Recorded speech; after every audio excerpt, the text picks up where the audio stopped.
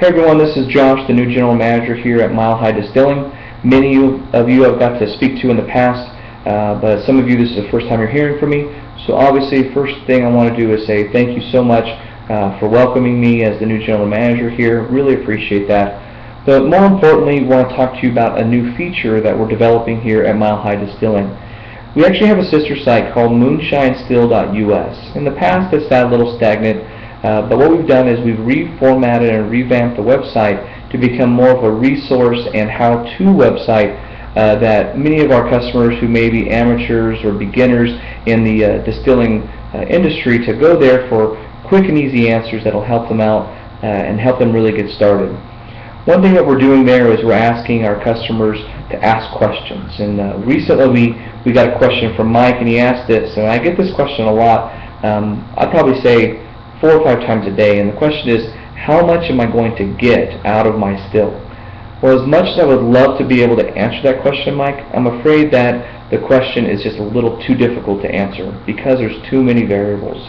You would think that maybe somebody like me who's run a number of different stills and a number of different washes should be able to answer something like this, but to be honest with you, the amount of variables is staggering. However, there are a couple maybe rules of thumb that you can use that will help you maybe answer that question even before it has to be asked. The first one is the starting wash alcohol by volume. So we'll use this as an example. Let's assume that your wash you've developed over a couple days and it's at 20% alcohol by volume. Well, and maybe you have, we'll say, 10 gallons of total wash. Well, essentially what that means is that 20% of your 10 gallons of wash is alcohol. So 2 gallons is alcohol. You're not going to be able to pull out more than 2 gallons of alcohol out of that wash. So with that said, you can't pull out more than 2 gallons. Now we all know that you're not going to be able to pull out, A, 100% of the alcohol, and B, you can't get 100% alcohol. So with that said, maybe you're going to run 92% alcohol and maybe 8% water. So you're running just below 2 gallons of alcohol, and then 8% of that water is going to come out. So we'll just even still call it maybe about 2 gallons, maybe just over, maybe just under. Once again, so many variables to really give you a dead set answer. But then maybe your yeast doesn't maybe fully ferment, and you only get 10% out of that 10 gallons in your next run. Maybe you did something a little different, or maybe the temperatures are a little bit different when you pitch your yeast. Those are all variables that are going to affect how much alcohol by volume you have in your wash. Another one that you need to look at as far as a rule of thumb is your temperatures that you're running your still at.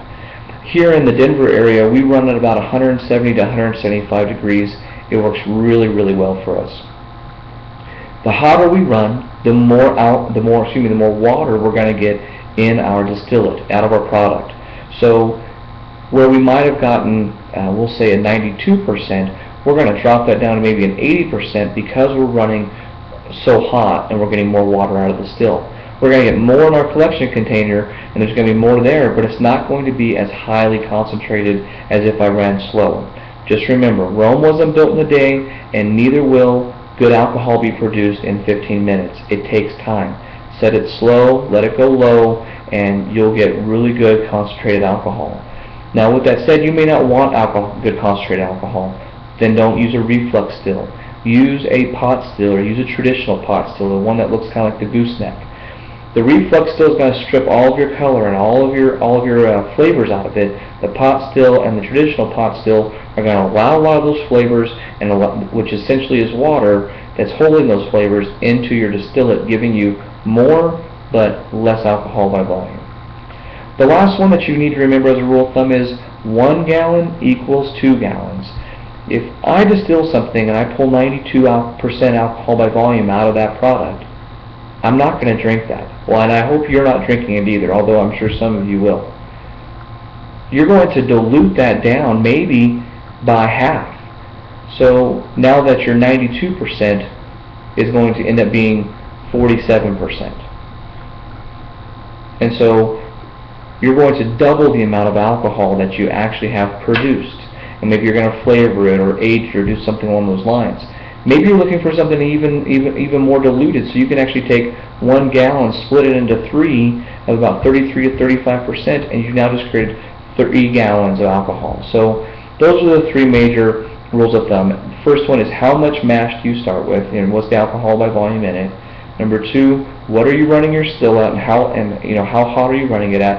And number 3, 1 gallon equals 2. Dilute your alcohol. Make sure you do that, and that'll extend how much you get. If you guys have any other questions, go to that new website, moonshinestill.us. On the front page there is a place to put a question as well as your name and email address.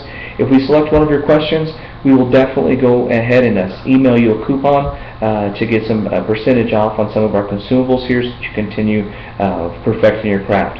If you need anything, feel free to give us an email. Send us an email, milehighDistilling@yahoo.com. Thanks so much. Have a great day.